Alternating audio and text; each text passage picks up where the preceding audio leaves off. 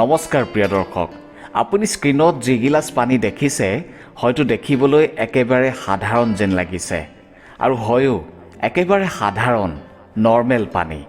কিন্তু যদি এই পানীৰ লগত আমি কেৱল এটা বস্তু মিহলাই দিওঁ তেন্তে এই সাধাৰণ পানীয়ে অমৃত হৈ পৰিব পাৰে আৰু আপোনাৰ শৰীৰৰ ভিতৰত এনে কিছুমান জোৰদাৰ পৰিৱৰ্তন আনিব পাৰে যে আপোনাৰ ব্লাড ছুগাৰ, আপোনাৰ ওজন, আপোনাৰ ছাল, আপোনাৰ দুৰ্বলতা সকলো একেলগে চকুৰ পলকতে দূৰ কৰিব পাৰে। আৰু এই বস্তুটো কি জানেনে? যিটো ইয়াত যোগ কৰা হ'ব বা আমি যোগ কৰিব বিচাৰিছোঁ বা মিহলাব বিচাৰিছোঁ সেয়া আন একো নহয়, কোনো দামী বস্তু নহয়, বৰঞ্চ একেবাৰে সাধাৰণ ধনিয়া গুটি। আজিৰ ভিডিঅ'টোত আমি আলোচনা কৰিম যে ধনিয়াৰ বীজৰ পানী কেনেকৈ বনাব লাগে, কিয় আমি সকলোৱে ইয়াক খাব লাগে আৰু ইয়াক খোৱাৰ 5টা ডাঙৰ উপকাৰ কি কি, যিবোৰে আপোনাক আচৰিত কৰি তুলিব। সেয়েহে ভিডিঅ'টো সম্পূৰ্ণকৈ চাব, শেষলৈকে চাব, কাৰণ শেষত মই আপোনালোকক ক'ম যে কোনবোৰ মানুহে এই পানী একেবাৰে খাব নালাগে, সাৱধান হ'ব লাগে। প্ৰিয় দৰ্শক, কেতিয়াবা আপোনালোকৰো পুৱা উঠাৰ লগে লগে পেটটো ভৰা ভৰা লাগে নেকি? আহাৰ খোৱাৰ লগে লগে গেছ বা ব্লটিং আৰম্ভ হয় নেকি? ব্লাড ছুগাৰৰ ৰিপৰ্ট অলপ বেছি আহিছে নেকি? পিৰিয়ডছৰ সময়ত বহুত বেছি বিষ হয় নেকি? বা পিৰিয়ডছ অনিয়মিত হৈ গৈছে নেকি? বা পুৱা উঠাৰ লগে লগে আপোনাৰ মুখখন ভৰা ভৰা লাগে নেকি? চকুৰ তলত ফুলি উঠা দেখা যায় নেকি? যদি হয় বা তেনে ঘটনা ঘটিছে তেন্তে এইটো জানি লওক যে এই সকলো সমস্যাই দেখাত বেলেগ বেলেগ যেন লাগিলেও ইয়াৰ প্ৰকৃত কাৰণ বেছিভাগ সময়ত একেটাই হয়, শৰীৰৰ ভিতৰখন সঠিকভাৱে পৰিষ্কাৰ নোহোৱা। আমাৰ আয়ুৰ্বেদত ইয়াক অমা বুলি কোৱা হয়, অৰ্থাৎ সেই ধৰণৰ মল বা বিষাক্ত পদাৰ্থ যি আমাৰ শৰীৰত দৈনিক সঞ্চিত হৈ থাকে আৰু ওলাই যাব নোৱাৰে।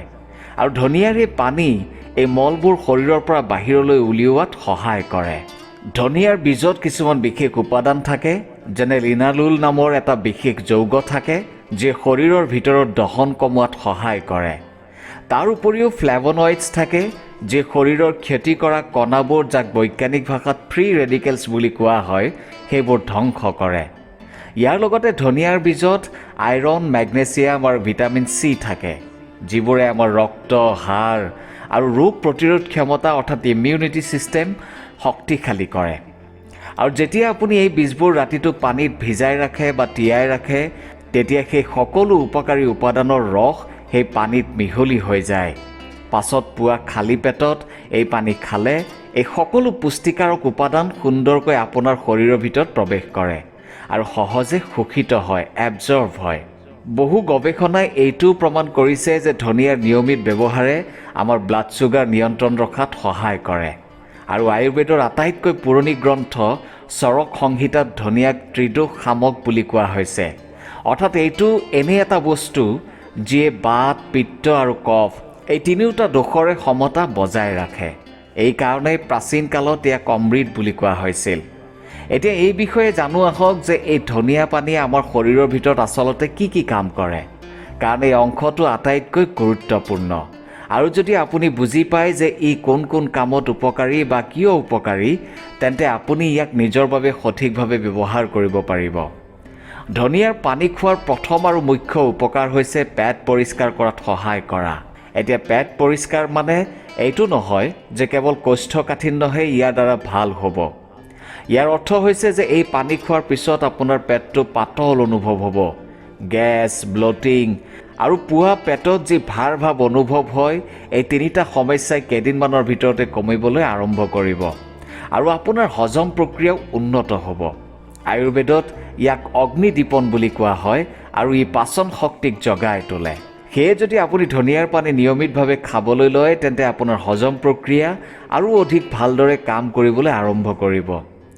দ্বিতীয় উপকাৰ হৈছে ব্লাড ছুগাৰ স্থিৰ কৰি ৰখাত সহায় কৰা, ষ্টেবল কৰি ৰখাত সহায় কৰা। ধনিয়াৰ বীজত থকা কিছুমান যৌগই আমাৰ পেনক্ৰিয়াছক সংকেত দিয়ে যাতে সঠিক পৰিমাণে ইনচুলিন উৎপাদন কৰে। যেতিয়া সঠিক পৰিমাণে ইনচুলিন উৎপন্ন হয় আৰু ইয়াৰ কাৰ্যক্ষমতা বৃদ্ধি পায় তেতিয়া ব্লাড ছুগাৰো বেছি নিয়ন্ত্ৰণত থাকে। যিসকল মানুহ প্ৰি ডায়েবেটিক অৱস্থাত আছে তেওঁলোকৰ বাবে এইটো একেবাৰে সহজ আৰু প্ৰাকৃতিক দৈনিক উপায় যিয়ে ছুগাৰ মেনেজমেণ্টত যথেষ্ট সহায় কৰিব পাৰে। তৃতীয় উপকাৰটো বিশেষকৈ মহিলাসকলৰ বাবে অত্যন্ত গুৰুত্বপূৰ্ণ। চাওক, মহিলাসকলৰ ভাল স্বাস্থ্যৰ মূল কথা হৈছে হৰমনৰ সঠিক ক্ষমতা। ধনিয়াৰ বীজত কিছুমান এনে উপাদান থাকে যে মহিলাসকলৰ শৰীৰত হৰমনসমূহ বিশেষকৈ এষ্ট্ৰজেন ক্ষমতা বজাই ৰাখিবলৈ সহায় কৰে। সেয়ে যদি আপোনাৰ PCOS বা PCOD সমস্যা আছে, পিৰিয়ড অনিয়মিত হয় বা পিৰিয়ডৰ সময়ত বেছি বিষ হয়, তেন্তে এই পানী নিশ্চয় ব্যৱহাৰ কৰক। ইয়াৰ ফলত এইবোৰ সমস্যাত যথেষ্ট সহায় পাব। চতুৰ্থ উপকাৰ হৈছে আমাৰ লিভাৰৰ বাবে। প্ৰিয় দৰ্শক, লিভাৰে আমাৰ শৰীৰৰ এটা ফিল্টাৰ ছিষ্টেমৰ দৰে কাম কৰে, কিন্তু অবিৰত ফিল্টাৰ কৰাৰ বাবে কেতিয়াবা ই নিজেই দুৰ্বল হৈ পৰে। ধনিয়াৰ পানীয়ে এই পৰিষ্কাৰ প্ৰক্ৰিয়াক অধিক দ্ৰুত কৰে, অৰ্থাৎ লিভাৰ পৰিষ্কাৰ কৰাত সহায় কৰে। যেতিয়া লিভাৰ পৰিষ্কাৰ হৈ থাকে তেতিয়া ই সঠিকভাৱে কাম কৰে, খাদ্য ভালদৰে হজম হয়, খাদ্যৰ পুষ্টি উপাদানসমূহ সহজে শৰীৰে শোষণ কৰে, ছালত উজ্জ্বলতা আহে, ক্লান্তি কমে আৰু শৰীৰটো অধিক সক্ৰিয় এনাৰ্জেটিক অনুভৱ হয়। সেয়ে এই সৰু ধনিয়াৰ বীজটো লিভাৰৰ বাবে বহুত উপকাৰী আৰু লিভাৰ ভালে থাকিলে শৰীৰৰ সম্পূৰ্ণ ব্যৱস্থাটোৰ ওপৰত ইয়াৰ এটা ধনাত্মক প্ৰভাৱ পৰে। পঞ্চম আৰু অত্যন্ত গুৰুত্বপূৰ্ণ উপকাৰটো হৈছে মুখৰ ফুলা ভাৱ আৰু শৰীৰত জমা হোৱা অতিৰিক্ত পানী ৱাটাৰ ৰিটেনশ্যন কমোৱা। যদি পুৱা উঠাৰ লগে লগে আপোনাৰ মুখখন ভৰা ভৰা লাগে, চকুৰ তলত ফুলা দেখা যায় বা শৰীৰটো ভাৰী ভাৰী অনুভৱ হয়, তেন্তে ইয়াৰ এটা ডাঙৰ কাৰণ হৈছে শৰীৰত অতিৰিক্ত পানী জমা হৈ থকা, যাক আমি ৱাটাৰ ৰিটেনশ্যন বুলি কওঁ। ধনিয়াৰ পানীয়ে এই অতিৰিক্ত পানী শৰীৰৰ পৰা বাহিৰলৈ উলিওৱাত সহায় কৰে।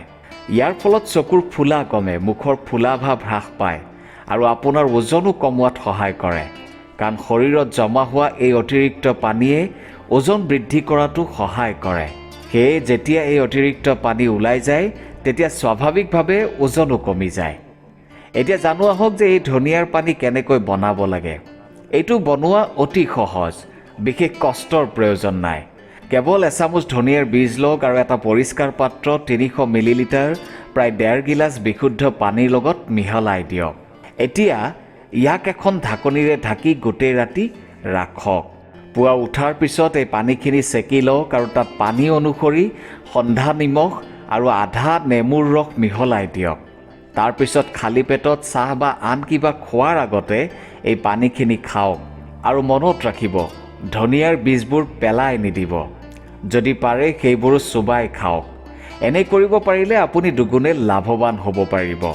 এনেকৈয়ে আপুনি 21 দিন ধৰি নিয়মিত এই পানী খাওক, তাৰপিছত 7 দিনৰ বিৰতি লওক আৰু পুনৰ আৰম্ভ কৰক। কেৱল 10 দিনৰ ভিতৰতে আপুনি নিজৰ ভিতৰত এটা ধনাত্মক পৰিৱৰ্তন অনুভৱ কৰিব পাৰিব।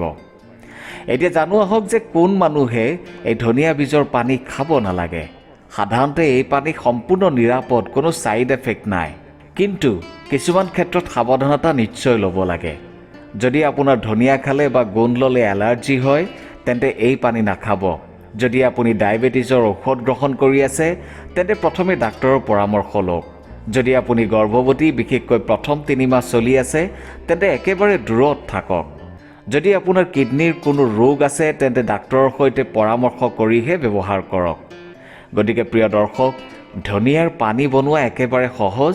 আজি ৰাতিৰ পৰাই এচামুচ ধনিয়া 1.5 গিলাচ পানীত ভিজাই ৰাখক বা তিয়াই ৰাখক আৰু কাইলৈ পুৱাৰ পৰা খোৱা আৰম্ভ কৰক। আজিৰ ব্যস্ত জীৱনত আমি বহু সময়ত জটিল আৰু দামী উপায় বিচাৰি ফুৰোঁ, কিন্তু কেতিয়াবা প্ৰকৃত সমাধানবোৰ একেবাৰে সহজ আৰু ঘৰুৱা বস্তুতে লুকাই থাকে। ধনিয়াৰ পানী তাৰেই এটা উত্তম উদাহৰণ। কিন্তু মনত ৰাখিব, যিকোনো ঘৰুৱা উপায় নিয়ম আৰু সঠিক পদ্ধতিৰে ব্যৱহাৰ কৰিলেহে ইয়াৰ প্ৰকৃত লাভ পোৱা যায়। লগতে যদি আপোনাৰ কোনো বিশেষ স্বাস্থ্য সমস্যা আছে, তেন্তে সদায় ডাক্তৰৰ পৰামৰ্শ লোৱা অতি প্ৰয়োজনীয়। তেতিয়াহে আপুনি সুৰক্ষিতভাৱে এই উপকাৰসমূহ উপভোগ কৰিব পাৰিব। আজিৰ পৰাই এই সৰু অভ্যাসটো আৰম্ভ কৰক আৰু নিজৰ শৰীৰত ধনাত্মক পৰিৱৰ্তন অনুভৱ কৰক। ধন্যবাদ।